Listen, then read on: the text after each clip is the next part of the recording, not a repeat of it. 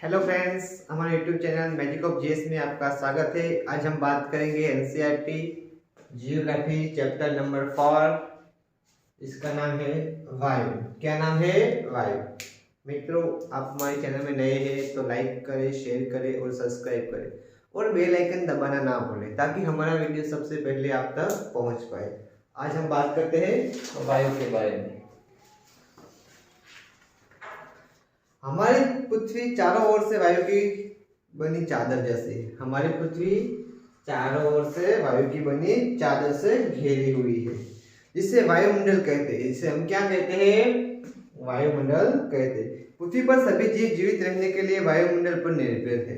पृथ्वी पर सभी जीव जीवित रहने के लिए किस पर निर्भर है? वायुमंडल पर निर्भर है। यह हमें सांस लेने के लिए वायु प्रदान करता है। वायुमंडल हमें सांस लेने के लिए वायु प्रदान करता है। सूर्य की किरणों से हानिकारक प्रभाव से हमारी रक्षा करता है। वायु हमें से सूर्य की किरणों से हमें रक्षा भी करता है। जो सूर्य की हानिकारक किरणों होती है उससे हमें कौन बचाता है? तो वायु हमें उससे बचाता है। यदि सुरक्षा की यह चादर न हो तो हम दिन के समय सूर्य की गर्मी तप्त होकर जल सकते हैं। यदि वायु की इस चादर ना हो तो दिन के समय हम सूर्य की गर्मी से हम तप भी सकते हैं और जल भी सकते हैं। एवं रात के समय ठंड से जम जा सकते हैं। जब सूर्य की ये चादर ना हो, जबकि ये वायुमंडल की जो चादर है हमारे पृथ्वी पर वो ना हो तो हम रात को ठंड से भी जम सकते हैं। अंततः यह वायु राशि है जिससे पृथ्वी के तापमान को रहने योग्य बने है। यह एक वायु राशि है जिसे पृथ्वी पर तापमान को रहने के लिए योग्य बनाया है। अब हम बात करते हैं वायुमंडल का संगठन की। किसकी? वायुमंडल का संगठन। क्या आप जानते हैं कि किस किस वायु का उपयोग हमें सांस लेने के लिए करते हैं? क्या आप जानते हैं किन वायु का उपयोग हम सांस लेने के लिए करते हैं? वास्तव में ये अनेक गैसों का मिश्रण होती है। वास्तव में ये क्या होता है? अनेक गैसों का मिश्रण होता है। नाइट्रोजन तथा ऑक्सीजन ऐसी दो गैसें हैं। नाइट्रोजन तथा ऑक्सीजन ऐसी दो गैसें हैं। देखो, पहले नाइट्रोजन, नाइट्रोजन, दूसरी ऑक्सीजन।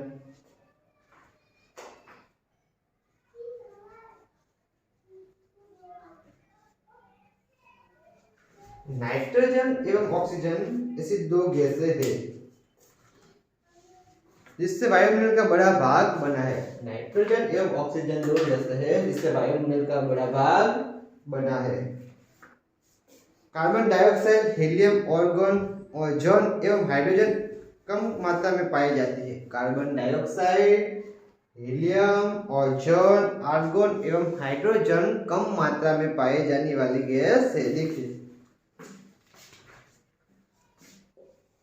ये पृथ्वी का गोला है, उसमें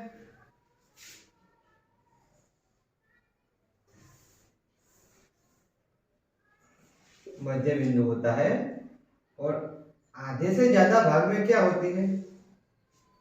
नाइट्रोजन। कौन सी होती है? नाइट्रोजन। कितने प्रतिशत? 78%, 78%। कितने? 78% क्या गैस होती है? नाइट्रोजन।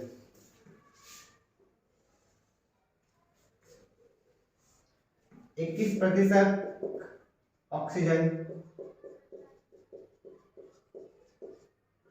21% ऑक्सीजन होती है।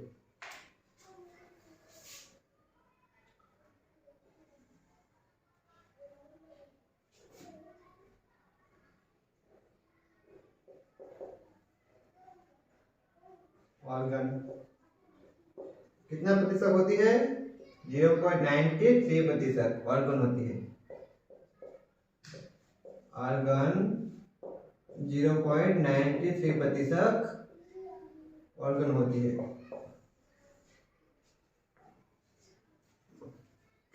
0.03% कार्बन डाइऑक्साइड होती है।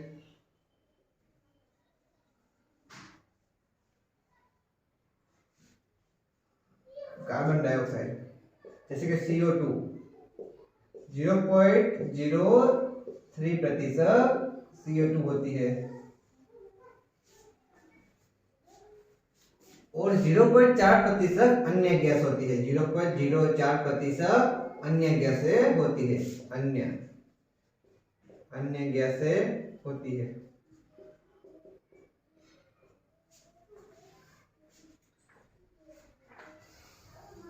देखिए, ये पृथ्वी के गोले में 78% नाइट्रोजन होती है जो सबसे ज्यादा होती है। बाद में ऑक्सीजन आती है जो 21% होती है और तीसरे नंबर पर आर्गन आती है जो 0.93% होती है और उसके बाद CO2 आती है जैसे कि कार्बन डाइऑक्साइड जो 0.03% होती है और 0.04% अन्य गैसें भी होती है। नाइट्रोजन वायु में सर्वाधिक पाए जाने वाली गैस है। नाइट्रोजन वायु में सर्वाधिक पाए जाने वाली गैस है। जब हमें सांस लेते हैं तब फेफड़ों को कुछ नाइट्रोजन भी ले जाते हैं। जब हम सांस लेते हैं तो ऑक्सीजन के साथ साथ कुछ प्रतिशत नाइट्रोजन भी हम ले जाते हैं और फिर उसे बाहर निकाल देते हैं। परंतु पौधों को अपने जीवन के लिए नाइट्रोजन की आवश्यकता है। जब हम सांस लेते हैं तब ऑक्सीजन के साथ साथ नाइट्रोजन ले जाते हैं। वो हम सांस जब बाहर छोड़ते हैं तब ऑक्सीजन नाइट्रोजन उसको भी बाहर हम छोड़ देते हैं और पौधों को जीवित रहने के लिए नाइट्रोजन की आवश्यकता होती है। जब आपने बात की carbon dioxide CO2, carbon dioxide वायुमंडल में फैल कर पृथ्वी से विपरीत उष्मा को उष्मा तक रोक सकती है। कार्बन डाइऑक्साइड पृथ्वी पर फैल कर उष्मा को पृथ्वी पर रोक सकती है, ग्रीन हाउस प्रभाव पैदा करती है। कौन सी गैस ग्रीन हाउस प्रभाव पैदा करती है? तो कार्बन डाइऑक्साइड CO2 वायु CO2 गैस है वो प्रभाव पैदा करती है। इसलिए ग्रीन हाउस गैस भी कहते हैं। CO2 को हम कौन सी गैस कहते हैं? Green house gas. CO2 green house gas भी कहते हैं। CO2 को हम ग्रीन हाउस गैस भी कहते हैं। और इसके अभाव में धरती एवं इतनी ठंडी हो जाती है कि फिर रहना भी असंभव होता है। इसके अभाव बिना पृथ्वी इतनी ठंडी हो जाती है कि इस पर रहना भी असंभव हो जाता है। किंतु जब कारखानों एवं कार के धुएं से वायुमंडल में इतना स्तर बढ़ जाता है तब उष्मा के द्वारा पृथ्वी का तापमान भी बढ़ता है। जब कारखाना एवं कार के धुएं से जो CO2 एवं कार्बन मोनोऑक्साइड जो निकलती है उससे पृथ्वी का तापमान काफी गर्म हो जाता है। तब इस उष्मा के द्वारा पृथ्वी का तापमान बढ़ता है। इसे हमें भूमंडलीय तापमान कहते हैं। क्या कहते हैं? भूमंडलीय तापमान।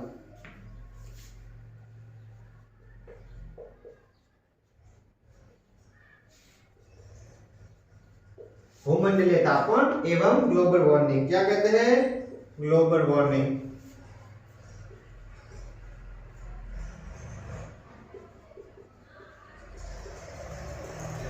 भूमंडलीय तापमान एवं ग्लोबल वार्मिंग हम कहते हैं। तापमान में ऐसे इस वृद्धि के कारण पृथ्वी में सबसे ठंडे प्रदेश जमी हुई बर्फ पिघलती है। तापमान की पृथ्वी पर जो भूमंडलीय तापमान होता है इसके कारण पृथ्वी पर जो ठंडे प्रदेश में बर्फ जमी होती है वो पिघलती है, जिसके परिणाम स्वरूप समुद्र के जल स्वरूप में वृद्धि होती है। जब बर्फ पिघलती है तो उसका पानी कहाँ? समुद्र में जाता है और समुद्र में पानी की मात्रा बढ़ती है। दीर्घ अवधि में इसके कारण जलवायु में अधिकतर परिवर्तन हो सकता है, जिसके फलस्वरूप पौधे एवं पशु लुप्त हो सकते हैं। जब पानी की मात्रा बढ़ती जाती है तब पौधे एवं पशु लुप्त होते रहते हैं। वे सीधे नाइट्रोजन नहीं ले पाते।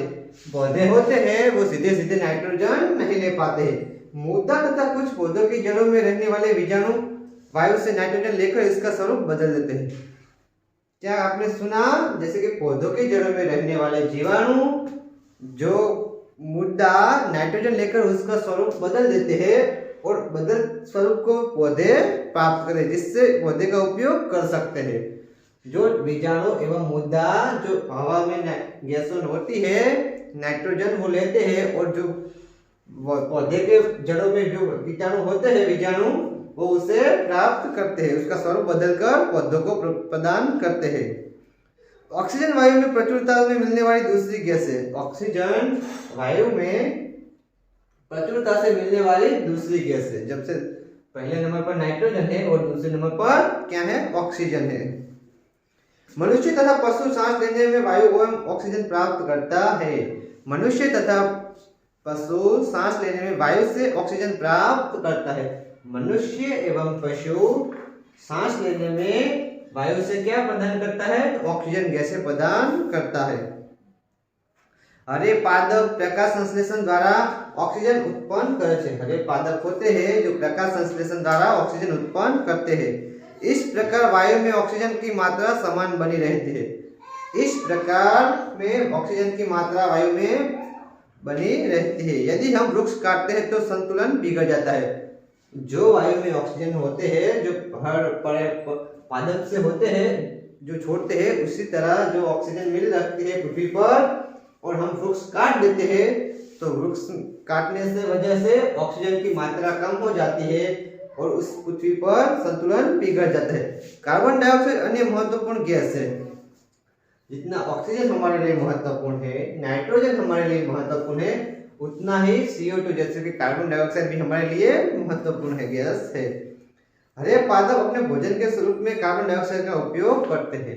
हरे पादप होते हैं वो हम जैसे ऑक्सीजन प्रदान करते हैं भोजन के लिए, वैसे वो CO2 प्रदान करते हैं भोजन के लिए और ऑक्सीजन वापस देते हैं। CO2 लेते हैं और हमें ऑक्सीजन वापस देते हैं। मनुष्य और पशु कार्बन डाइऑक्साइड बाहर निकालते हैं। मनुष्य और पशु कार्बन डाइऑक्साइड बाहर निकालते हैं। मनुष्य तथा पशुओं द्वारा बाहर छोड़ी जाने वाली कार्बन डाइऑक्साइड की मात्रा पादपों द्वारा प्रयोग की जाने वाली गैसों से बराबर होती है। जब मनुष्य बाहर छोड़ते हैं कार्बन डाइऑक्साइड और पशु बाहर छोड़ते हैं कार्बन डाइऑक्साइड, और जो गैस पादप होते हैं पर्ण जो वृक्ष होते हैं वो जो लेते हैं हमारे सांसों के द्वारा जो छोड़ी गई CO2 होती है वो प्रदान करते हैं और हमें क्या देते हैं, ऑक्सीजन देते हैं, जिससे यह संतुलन बना रहता है, जिसके कारण यह संतुलन बना रहता है। देखो, मनुष्य ऑक्सीजन लेता है और CO2 छोड़ता है, पशु ऑक्सीजन लेता है और CO2 छोड़ता है, और जो वृक्ष होते हैं, जो हरे पादप होते हैं, वो CO2 लेते हैं और ऑक्सीजन छोड़ते हैं। इससे कारण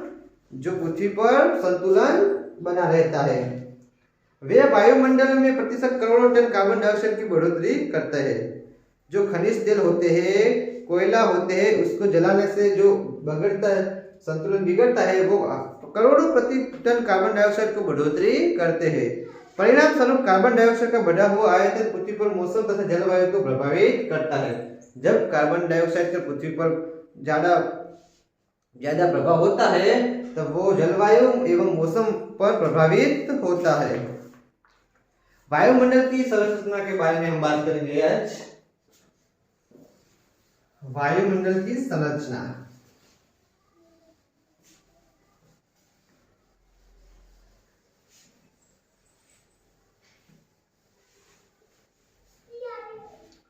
मित्रों, आप हमारे चैनल पे नए हैं तो लाइक करें, शेयर करें और सब्सक्राइब करें और बेल आइकन दबाना ना भूलें ताकि हमारा वीडियो सबसे पहले आप तक पहुंच पाए।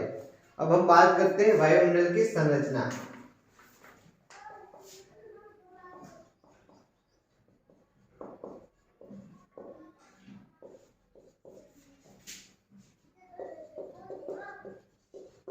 वायुमंडल की संरचना के बारे में। हमारा वायुमंडल 5 परतों से बना हुआ है। हमारा वायुमंडल 5 परतों से विभाजित है। जो पृथ्वी की सतह से आरंभ होती है, यह जिसे हम सौरमंडल, समताप मंडल, मध्य मंडल, बाह्य मंडल एवं बहिर्मंडल कहते हैं। जो पृथ्वी की सतह से जो आरंभ होती है, पहला उसे हमें सौरमंडल कहते हैं, बाद वाले को समताप मंडल कहते हैं, उसके बाद वाले को मध्य मंडल कहते हैं एवं बाह्य मंडल एवं बहिर्मंडल हम कहते हैं, जो 5 परतों से बने होते हैं। हम पहली परत की बात करते हैं। देखिए, ये पृथ्वी की निचली वाली परत है और उससे पहले परत आता है जैसे कि सौरमंडल।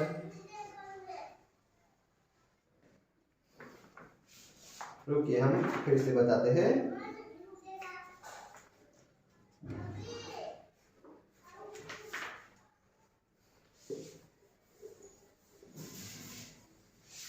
वायुमंडल की संरचना में ये पृथ्वी की निचली परत है।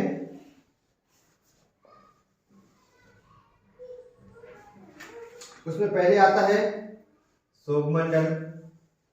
ये क्या है? सौरमंडल।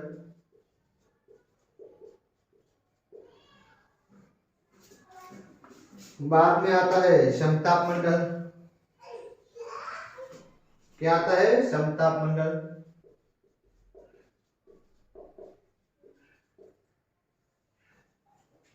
उसके बाद आता है मध्यम मंडल।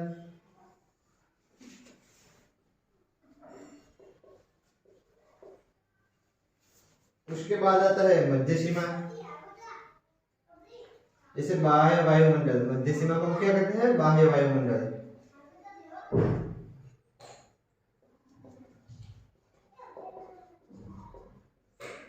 बाह्य वायुमंडल। और सबसे ऊपर आता है उसे हम क्या कहते हैं? उसे हम बहिर्मंडल कहते हैं। क्या कहते हैं? बहिर्मंडल।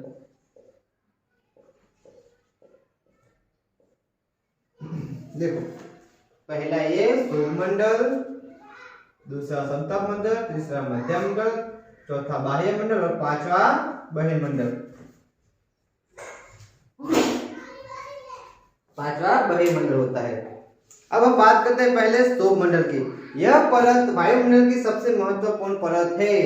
सौरमंडल वायुमंडल की सबसे महत्वपूर्ण परत है। इसकी औसत ऊंचाई 13 किलोमीटर है। इसकी ऊंचाई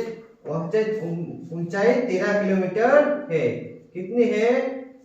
13 किलोमीटर है। सौरमंडल की औसत ऊंचाई 13 किमी है।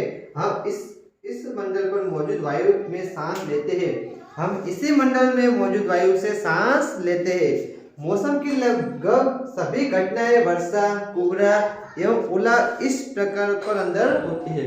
मौसम की सभी घटनाएं सौरमंडल में ही होती है। जैसे कि वर्षा, कोहरा जैसी सभी ओलावर्षण सभी इस सौरमंडल में ही होता है। उसके बाद आता है समताप मंडल। सौरमंडल के ऊपर का भाग समताप मंडल कहलाता है। सौरमंडल का उपला भाग समताप मंडल कहलाता है, जो 50 किलोमीटर की ऊंचाई तक फैला है। कितनी ऊंचाई तक फैला है? 50 किलोमीटर। जो 50 किमी की ऊंचाई तक फैला हुआ है। यह परत बादलों एवं मौसम सभी घटनाओं से लगभग मुक्त होती है। समताप मंडल की परत होती है एवं बादलों एवं जहां वो सभी घटनाओं से लगभग मुक्त है। इसके फलस्वरूप यहाँ उनकी परिस्थिति हवाई जहाज उड़ाने के लिए आदर्श होते हैं। यहाँ पर बादल एवं कोई भी घटना न होने की वजह से यहाँ पर हवाई जहाज उड़ाने के लिए ये सक्षम होती है। समताप मंडल की एक महत्वपूर्ण विशेषता यह है कि इसमें ओजोन की गैस परत होती है। समताप मंडल में ही ओजोन की गैस होती है। जो परत होती है ओजोन की, जो ओजोन की गैस परत होती है वो कहां पर होती है? समताप मंडल में होती है। कहां पर होती है? समताप मंडल में। ओजोन की गैस परत कहां पर होती है? समताप मंडल में होती है। यह परत सूर्य से आने वाले हानिकारक गैसों से हमारी रक्षा करता है। ओजोन की परत होती है जो सूर्य से आने वाले हानिकारक किरणों से हमारी रक्षा करते हैं। उसके ऊपर आता है मध्यम मंडल। मध्यम मंडल देखो, सौरमंडल, समताप मंडल, जो दो मंडल के बीच में है मध्य मंडल, और ऊपर में बहिर्मंडल एवं बाह्य मंडल। ये मध्य में होने के कारण से उसे मध्य मंडल भी कहा जाता है। मध्य मंडल यह वायुमंडल की तीसरी परत है। मध्य मंडल वायुमंडल की ये तीसरी परत है। समताप मंडल के ठीक ऊपर होती है। ये परत समताप मंडल के ठीक ऊपर होती है। यह लगभग 80 किलोमीटर की ऊंचाई तक फैली होती है। यह लगभग कितनी ऊंचाई तक फैली होती है? 80 किलोमीटर की ऊंचाई तक फैली होती है। मध्य मंडल 80 किलोमीटर की ऊंचाई तक फैली होती है। अंतरिक्ष में प्रवेश करने वाले उल्कापिंड एवं परत में आने वाले जल जाते हैं। अंतरिक्ष जो में उल्कापिंड आते हैं वो मध्य मंडल में ही जल जाते हैं। उसके बाद आता है बाह्य वायुमंडल। उसके बाद आता है बाह्य वायुमंडल।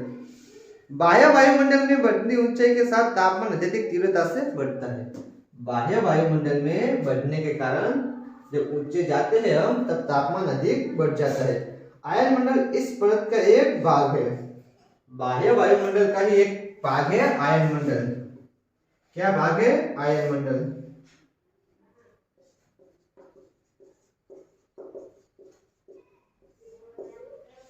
बाह्य वायुमंडल का ही भाग है आयन मंडल। इस परत का एक भाग है, यह 80 से 400 किलोमीटर तक फैला होता है।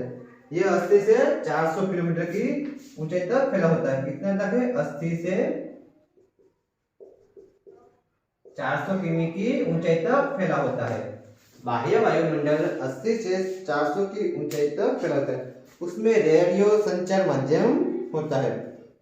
बाह्य वायुमंडल में क्या होता है? रेडियो संचार माध्यम के लिए होता है। किसके लिए होता है? रेडियो संचार माध्यम के लिए। रेडियो संचार माध्यम। रेडियो संचार माध्यम के लिए कौन सा परत होती है? बाह्य वायुमंडल होती है। वास्तव में पृथ्वी से प्रसारित रेडियो तरंग इस परत द्वारा पुनः पृथ्वी पर परावर्तित कर देती है। वास्तव में जो पृथ्वी से प्रसारित रेडियो तरंग होती है, जो बाह्य वायुमंडल के टकरा कर वापस उसे पृथ्वी तक परावर्तित कर देती है।